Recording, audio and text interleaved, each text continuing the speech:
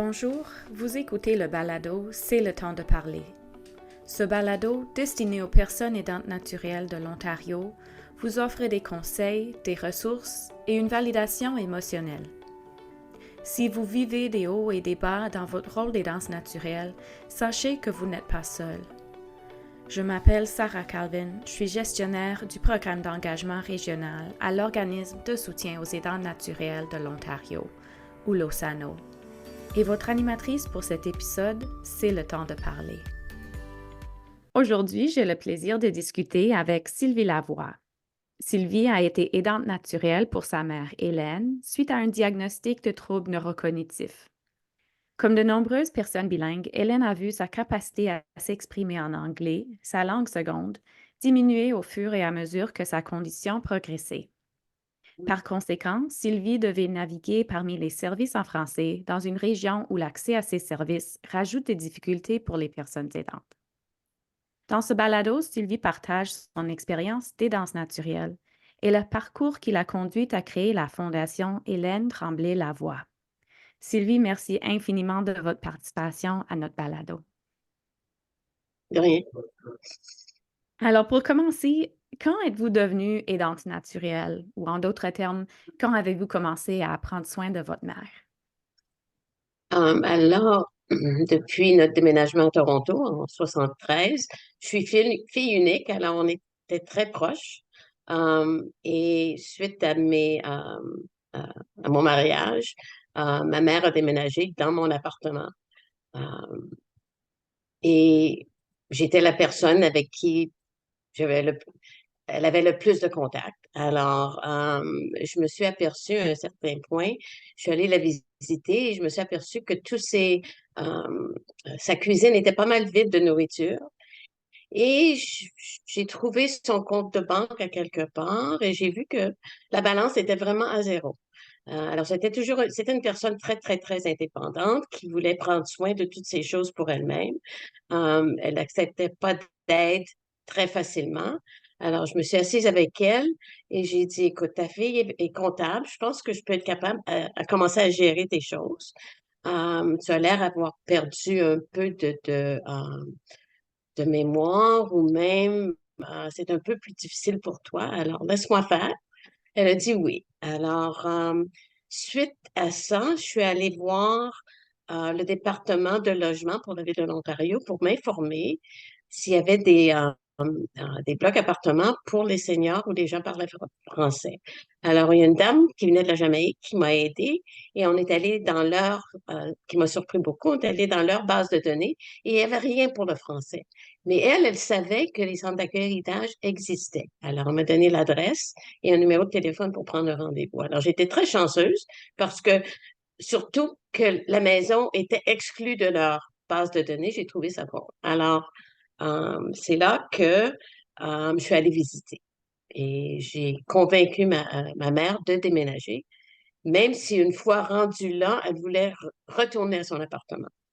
Mais on a réussi à la convaincre que c'était vraiment la meilleure chose à faire parce qu'il y avait des repas qui étaient disponibles et il y avait des aidants. Alors, c'est là qu'elle a déménagé en 2008. Comment était la décision pour vous de déménager votre mère au centre d'accueil Héritage? Alors, elle avait son appartement dans un bloc appartement sur la rue Saint-Clair où est-ce que sa meilleure amie, depuis les années 60, demeurait aussi. Alors, je savais qu'elle avait des gens alentour d'elle. Mais elle n'a jamais demeuré avec nous. Elle voulait déménager chez nous. Et avant que l'on la déménage au centre d'accueil héritage, mais mon mari et moi, travaillant à temps plein, en dehors de la maison, avec beaucoup d'escaliers, ben, une maison à 2 étages, on a trouvé ça trop dangereux pour elle. Alors, c'est là que mon mari a dit non. Et il savait que elle vivre avec nous euh, aurait été pas mal trop épuisant pour nous deux. Alors, c'est là qu'on l'a convaincu d'aller au centre d'accueil d'âge. Et la conversation est revenue aussi quand il est venu le temps de la déménager ailleurs, dans les soins de longue durée. Alors, on a eu la même conversation et on a décidé que non, on n'avait pas la capacité de le faire. Et comment votre mère a-t-elle réagi à ces changements dans sa vie? Euh, même une fois qu'on l'a déménagé au centre d'accueil héritage, elle s'est choquée. Elle a dit non, je veux retourner dans mon appartement. Alors, on lui a dit, écoutez, tu viens de signer un bail, tu as une obligation légale à poursuivre au moins 1 an ici. Alors, essaie de t'habituer.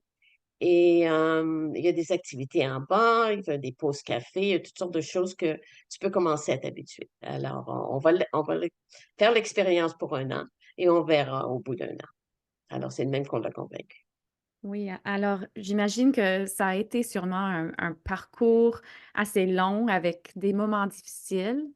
Avez-vous rencontré des difficultés particulières lorsque vous preniez soin de votre mère? À un certain point, elle avait un rendez-vous chez un médecin et le centre d'accueil d'étage allait l'amener. Et sans leur dire, elle s'est téléphonée parce qu'elle était très fière. Elle s'est téléphonée à un taxi. Alors, ils m'ont téléphoné. Ils m'ont dit qu'ils l'avaient perdue. Alors, finalement, ils se sont aperçus elle s'était rendue chez son médecin d'elle-même. Alors, je voyais qu'il y avait des pertes de mémoire. Euh, En tout cas, c'est une des choses c'était une indication qu'elle commençait à changer beaucoup. Entre-temps, dans les petits journaux de Toronto, j'ai vu une annonce de l'hôpital Sunnybrook qui cherchait des gens à perte de mémoire minime euh, pour rentrer dans leur étude. Alors, c'était Dr. Sandra Black, qui est neurologue. euh, Elle est neurologue cognitive qui est en charge du département. Alors, j'ai essayé de la rentrer dans l'étude et ils m'ont dit sa perte de mémoire était trop avancée. Alors, quelque chose que je m'en étais pas vraiment aperçue. En tout cas. Alors, on a laissé ça tomber, mais ce qui est arrivé, c'est qu'elle est restée comme, euh, comme patiente de Dr. Black et d'habitude, ça prenait 2 ans pour devenir sa patiente. Alors, j'ai eu un gros avantage d'être dans une grosse ville et de l'avoir ramenée là. Alors, elle a été suivie par elle à tous les 3 mois pour le restant de ses jours. Et puis, alors, pour faire face à ces difficultés pendant votre parcours des danses naturelles, avez-vous bénéficié d'un soutien particulier qui avait vraiment fait une différence pour vous? Oui, ma mère étant au centre d'accueil héritage, ça a été vraiment, ça m'a donné un feeling de plus de sécurité parce qu'ils ont assez de personnel pour, si elle est enregistrée pour aller manger le midi, si ils n'ont pas de nouvelles d'elle, ils vont la trouver. Alors, ça me donne beaucoup de la sécurité de savoir qu'elle a un entourage. Alors, c'est vraiment une communauté qui s'aide beaucoup. Alors, c'est un gros, gros avantage jusqu'à un certain point parce que ce ne sont pas des soins de longue durée. Et aussi, dans le temps, j'étais trésorière. Alors, je commençais trésorière des centres d'accueil héritage et je commençais à savoir l'histoire pour les services en français, pour les soins de longue durée en français de l'Ontario. Alors, j'ai su que les seuls services à Toronto, c'était Bendale Lakers, où il y a 32 lits, à Scarborough, euh, ou Penetang, où il y avait ce qu'on appelle un ward francophone, et Welland, qui n'est pas à la porte. Alors, c'est des choses que j'avais aucune idée parce que je m'en étais jamais informée. Si vous vous ressentez de l'anxiété ou vous vous sentez dépassé dans votre parcours des danses naturelles, sachez que vous n'êtes pas seul. L'Organisme de soutien aux aidants naturels de l'Ontario collabore avec des personnes aidantes naturelles, des prestataires de soins de santé et d'autres organismes pour fournir du soutien et des ressources aux personnes aidantes naturelles partout dans la province, car elles aussi ont besoin de soutien. En offrant un guichet unique, les personnes aidantes naturelles peuvent accéder à l'appui dont elles ont besoin à travers nos programmes et services. Notre mission est d'améliorer leur vie en réduisant le risque d'épuisement. Apprenez-en plus sur nous à ontariocaregiver.ca/fr. Revenons maintenant à notre épisode. Dans cette prochaine partie de la conversation, nous aborderons la perte de la capacité à s'exprimer dans une langue autre que sa langue maternelle. Et on entend souvent des témoignages de personnes parfaitement bilingues qui voient leur capacité à s'exprimer dans leur deuxième langue diminuer à mesure qu'elles vieillissent et que leurs états de santé évoluent. Pourriez-vous nous partager votre expérience concernant l'évolution des capacités linguistiques de votre mère? Oui, alors vu que j'ai toujours communiqué avec elle en français, c'est quelque chose que depuis que je suis enfant, on a toujours communiqué ensemble en français. Et si mon mari, qui ne parle pas français, était dans la pièce, euh, elle l'adressait en anglais. Elle était arrêtée, pas mal arrêtée. C'était une personne qui parlait beaucoup, beaucoup, était enseignante, etc. C'était difficile de mettre un mot euh, dans la conversation. C'était sa personnalité. Et je me suis aperçue qu'elle ne parlait presque plus. Elle répondait oui, non. Aussi, si elle venait manger chez nous, et je la servais avant nous, elle finissait avant que nous, on s'assoie, elle disait, ah, mais j'ai pas mangé. Et ça faisait peut-être 10 minutes qu'elle avait mangé. Alors, je me suis aperçue qu'elle perdait la mémoire de plus en plus. Et on est venu au point où est-ce qu'on avait une visite avec Dr. Black. Alors, on l'a amené avec nous et j'ai même amené une infirmière qui est une amie avec nous aussi en cas que euh, ça nous aide disons, à apprécier qu'est-ce que Dr. Black nous disait. Alors, il y a un examen oral que l'on donne dans les maisons de soins de longue durée et des résidences pour seniors aussi, où est-ce pour évaluer, disons, le progrès cognitif des gens. Alors, c'est sur une base de 30. Et ma mère, en cette journée-là, elle était baissée de 19 à 9. Mais ça, le test était en anglais. Alors, faut dessiner une horloge. C'est le même, je pense que c'est le même examen qu'on donne aux gens pour savoir s'ils veulent garder leur licence pour conduire. Alors, mais ça s'était donné que Dr. Black avait un résident avec elle qui était francophone. Alors, elle a pensé, écoute, elle a dit au résident, on est tous sortis de la pièce, elle a dit au résident, redonne-lui le même examen en français. Alors, c'est là que elle a passé de son 9, elle est revenue à 19 en français. Alors, mes lumières se sont allumées. Ça m'a jamais passé par la tête que ma mère oublierait comment parler l'anglais. Parce qu'elle était très, très, très intelligente. Son anglais était excellent. Elle-même, même si elle avait un accent, elle me corrigeait souvent. Alors, c'est quelque chose que, là, j'ai vu la raison pour laquelle elle parlait plus avec mon mari, parce que elle devait chercher ses mots et ça la gênait. Je pense que aussi, je me suis aperçue plus tard que les gens qui ont des troubles cognitifs cherchent à le cacher. Alors, étant tellement fière, c'est quelque chose qui, euh, euh, surtout elle, c'était quelque chose qui la gênait. Alors, elle faisait semblant que tout allait bien, par exprès, j'imagine. Et c'est là que je me suis aperçue elle perdait son anglais. Je pense que cet exemple démontre aussi l'importance de l'offre active des services en français et de l'examen, que ce soit fait en français aussi. Oui. Et puis, en tant qu'aidante naturelle, quelle démarche avez-vous entreprise pour soutenir votre mère lorsqu'elle a perdu sa capacité à comprendre et à communiquer en anglais? Et quelles difficultés avez-vous rencontrées dans ce processus? Alors, l'autre chose qui s'est passée entre-temps, c'est que les centres d'accueil héritage m'ont dit que vu que ma mère se perdait euh, dans le bloc appartement, et aussi elle se levait durant la nuit et se promenait, et le garde de sécurité la ramenait chez elle. Elle était très, très, très nerveuse dans ce temps-là. Et elle se rendait sur le mauvais plancher, essayait de rentrer avec sa clé dans l'appartement équivalent, disons au 5e étage. Elle était au 6e étage et elle disait à la personne, c'est mon appartement. Alors, ça causait beaucoup d'ennuis pour les autres résidents. Alors, c'est là que euh, la gérance des centres d'accueil héritage m'ont dit qu'on n'a pas, dans le moment, on n'a pas assez de services pour la garder. Alors, c'est là que j'ai été obligée d'aller voir un médecin pour la faire mettre sur une liste pour avoir des soins de longue durée. Et ils ont déterminé au centre francophone, avec un médecin francophone, ils l'ont mis sur la liste, ce qu'ils appellent en crise. Alors, ce qui arrive dans le temps, il va y avoir des lignes de peut-être, je sais pas, quelques mille personnes qui attendaient pour des lits. Et étant sur la liste de crisis, on saute beaucoup la ligne. Alors, à ce point-là, les lits de Bandale Lakers, qui sont seulement 32 lits, un demi-plancher à Scarborough, étaient complets. Et sachant qu'il existait des lits à Welland, je suis allée les visiter. Et c'était peut-être une semaine avant Noël, en 2008, en 2009. Euh, et j'ai pu avoir un lit. On a pu avoir un lit. Alors, là, le personnel est tous bilingues.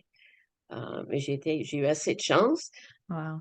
Alors, vous avez vraiment priorisé de trouver des services en français pour votre mère, même si c'est Oui, très loin de là où vous vivez. oui, ça aurait été cruel de la mettre dans une maison anglophone. Mm. Ouais. Et je suppose que cette expérience vous a enseigné beaucoup de leçons et des leçons que vous n'auriez jamais souhaité apprendre, probablement. Avez-vous des conseils à partager avec les autres personnes aidantes naturelles dans une situation semblable? Oui, il s'agit de demander, ça fait des années que des groupes francophones de l'Ontario demandent que la formule, disons, pour obtenir un lit de soins de longue durée soit automatiquement bilingue. Et aussi, ce que l'on demande et ce qui est supposé arriver bientôt, c'est que le formulaire demande si la personne, s'il parle d'autres langues à part l'anglais. Il me semble que le formulaire devrait dire anglais, français et autres automatiquement, parce que c'est vraiment une langue, c'est pas vraiment une langue officielle de l'Ontario, mais c'est une langue officielle du pays. Alors, ça, c'est une chose.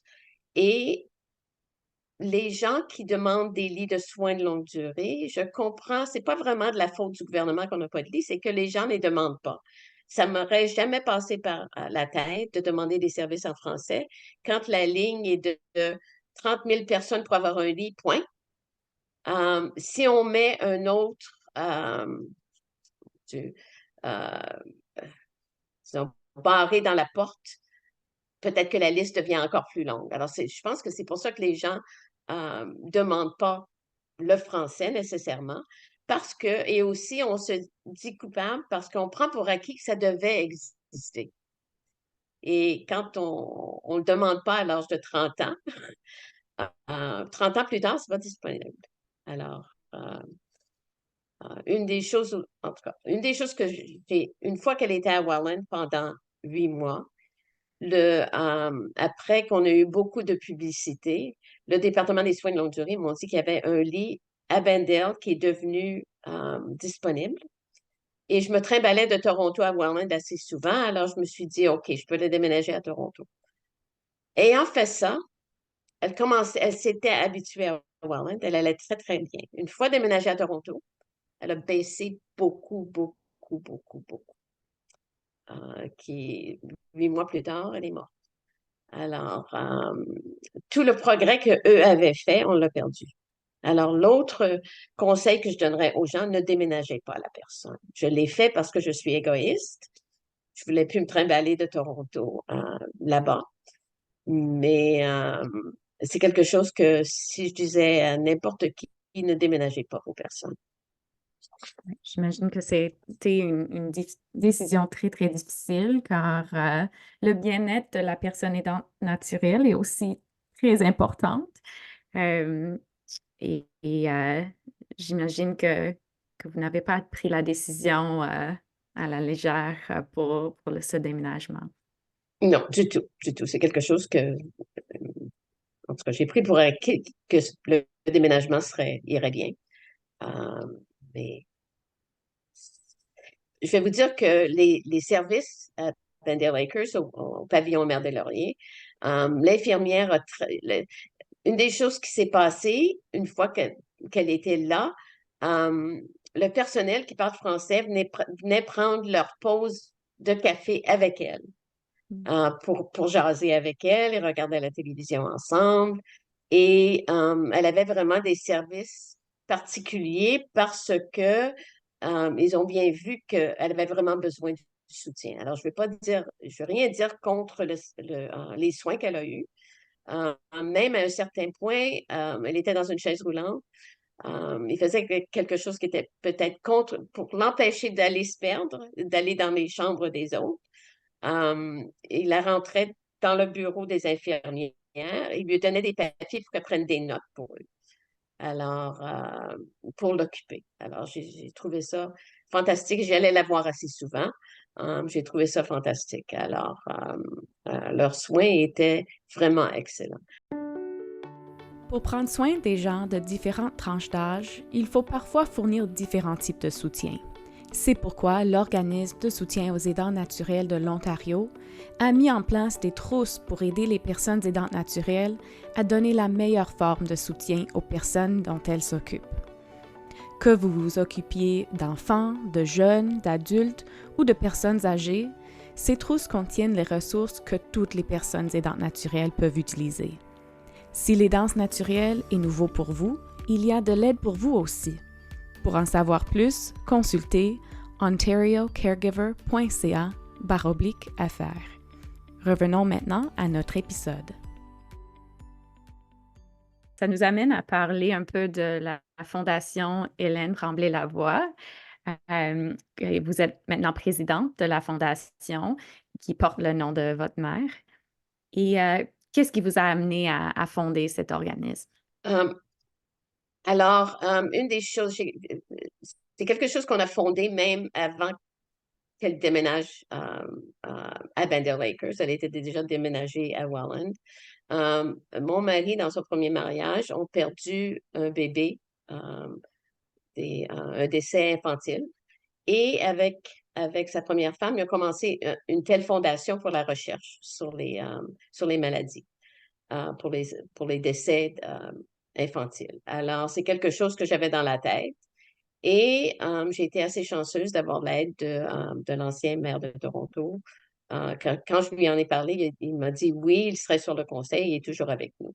Alors, ayant quelqu'un tant reconnu dans le pays pour nous aider, avec d'autres francophones, on a formé un conseil d'administration.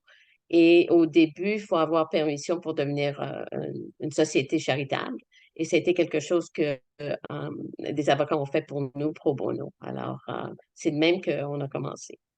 Euh, et on a eu la chance d'avoir de la publicité, même sur la première page du Globe and Mail, après que euh, d'autres sujets francophones sont devenus euh, dans les médias. Alors, on a été assez chanceux pour avoir de la publicité. Euh, une des choses qui m'a surpris beaucoup est que la plupart de mes clients sont anglophones et d'autres langues, et même une de mes meilleures amies est chinoise. Et sa mère, dans le temps, était dans un foyer de longue durée chinois. Alors, ça l'a vraiment. C'est elle qui m'a dit, écoute, on a des soins pour les Chinois, mais il n'y en a pas pour les francophones à Toronto.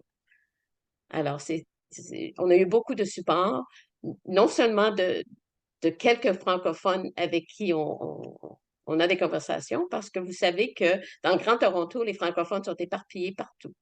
Alors, pas comme les autres, les groupes linguistiques, on n'a pas de ghetto. On ne se tient pas ensemble nécessairement parce qu'on prend pour acquis qu'on va avoir des services.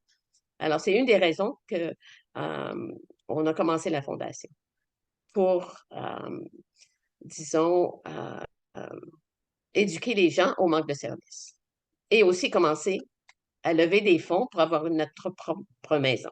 Donc, il me semble que ça a pris beaucoup, beaucoup de travail, mais que vous avez aussi bénéficié de bons supports pendant le parcours. Et cette fondation revêt d'une grande importance pour les francophones vivant dans des communautés minoritaires. Alors, pourriez-vous nous dire un peu plus sur la mission et les objectifs de la Fondation Hélène Tremblay-Lavoie? Okay, la mission est de lever des fonds pour ceux qui donnent des services de soins de longue durée pour les francophones dans le Grand Toronto. Et pour garder notre charte comme charité, il faut faire attention de ne pas être un groupe de lobbying. Alors, il faut faire attention, pour garder notre statut charitable, d'être une entreprise qui donne des fonds à ceux qui donnent des soins de longue durée pour les francophones à Toronto. Alors, c'est quelque chose que l'on continue à faire. On a supporté la nouvelle aile qui se fait bâtir à Welland financièrement. Et aussi, une des choses qu'on a essayé de faire, c'est de talonner les gens de Welland pour qu'ils viennent à Toronto pour bâtir une maison ici. Alors, dernièrement, je pense qu'il y a 2 ans, juste avant la COVID, euh, il y a eu une nouvelle corporation qui s'est ouverte, Foyer de Richelieu de Toronto, et le gouvernement leur a donné le droit de bâtir des lits pour 236 lits à Toronto. Mais là, la COVID est arrivée et on attend toujours, pour faire des gros prélèvements de fonds, on attend toujours qu'eux trouvent un terrain. Une fois, c'est difficile d'aller chercher des millions de dollars, des grosses corporations, quand on n'a pas un projet concret. Alors, c'est ça qu'on attend. Et puis, pouvez-vous nous donner un aperçu de ce que les personnes aidantes francophones dans la région de Toronto peuvent espérer de la Fondation dans les années à venir? Alors, plus de sensibilisation. Une fois qu'un terrain, on nous a dit, Sean Keys, qui est la personne, qui est vraiment la personne euh, euh, sous ce nouveau projet, dernièrement, il est venu parler au centre d'accueil héritage et il dit qu'il espère avoir un terrain on va pouvoir acheter euh, en 2024. Alors, une fois qu'un terrain euh, disons, est trouvé, on peut commencer à sensibiliser les gens au fait que pour à peu près un quart de million de francophones dans le Grand Toronto, on a seulement 32 lits ou 37 lits. Alors, c'est vraiment, quand les autres ont, je pense, 600 lits par 100 000 personnes, c'est vraiment un peu c'est un gros manque, qui n'est pas la faute de personne, mais c'est à nous à commencer à faire quelque chose. Alors, euh, il faut que les gens demandent des soins en français. Si on ne peut pas remplir euh, cette maison, et je pense qu'une fois qu'on a eu assez de publicité, les gens vont commencer à déménager là. Alors, c'est comme les centres d'accueil héritage, il y a toujours des listes d'attente pour les appartements parce qu'ils sont reconnus maintenant. Et les services sont excellents. Alors, une fois et ça va prendre peut-être 3 ou 4 ans avant que ce soit complet. Si le projet est commencé en 2025, c'est quelque chose qui prend des années à se matérialiser. Alors, j'ai 69 ans, alors espérant que quand je vais avoir 80 ou 85 ans, que ce sera disponible. Alors, euh, c'est l'espoir que le reste, tout le conseil de la Fondation Hélène Tremblay-Lavoie a espoir de continuer à supporter une telle maison et même la ville devrait être capable d'en supporter plus que les gens qui sont à Peel, il y a un gros groupe là aussi qui a une grosse population francophone qui ils ont un centre de vie active pour les activités pour les seniors et eux aimeraient que ce soit dans l'Ouest. Il y a aussi les centres d'accueil héritage donnent des soins ou des services dans la région d'Oshawa et Whitby, qui a beaucoup de francophones à cause de l'ancien plan de GM, qui avait beaucoup de francophones qui sont venus du Québec. Alors, on est éparpillés partout et c'est un gros défi. Donc, des gros défis, de grands potentiels et on vous souhaite une très, très bonne continuation avec ce projet. Pour conclure, avez-vous d'autres choses à ajouter ou un dernier conseil pour les personnes aidantes qui écoutent cette émission? Demandez les services en français et parlez-en à toutes les personnes que vous connaissez, même s'ils ne sont pas francophones, parce que le support est extraordinaire. Et c'est ce que j'ai retrouvé, même, comme vous voyez, j'ai des clients qui étaient italiens, qui avaient une base italienne, une base chinoise, des clients et des amis. On est tous, si on regarde la maison des centres d'accueil héritage, je pense qu'il y a à un certain point, entre les employés et les résidents, il y a entre 40 et 50 pays représentés. Merci beaucoup. C'était vraiment un plaisir d'apprendre un peu plus sur votre parcours des danses naturelles et ce projet important de la Fondation. Donc, merci beaucoup de votre partage aujourd'hui. Et merci beaucoup à vous, les auditeurs, de votre écoute aujourd'hui. Nous espérons que vous avez aimé cet épisode. Pour en savoir plus sur les soutiens disponibles aux personnes aidantes naturelles, visitez notre site web ontariocaregiver.ca/fr. De la part de l'équipe C'est le temps de parler à Losano, je vous souhaite une très bonne journée.